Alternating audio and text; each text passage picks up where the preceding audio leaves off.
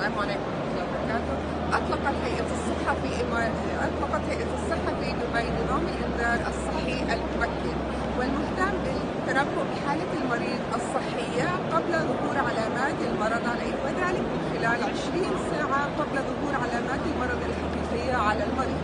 اهتم نظام الإنذار الصحي المبكر بتبني نظرية الذكاء الاصطناعي، وذلك من خلال إدخال 3.5 مليون حالة صحية للمرضى في هذا النظام، وذلك من خلال اعتمدنا في ذلك على دقة البيانات وصحة البيانات المدخلة في هذا النظام، وقد ظهرت هذه النتائج، صحة النتائج 97% من صحة هذه النتائج، وتم تطبيقها على 4 مستشفيات في هيئة الصحة في إمارة دبي.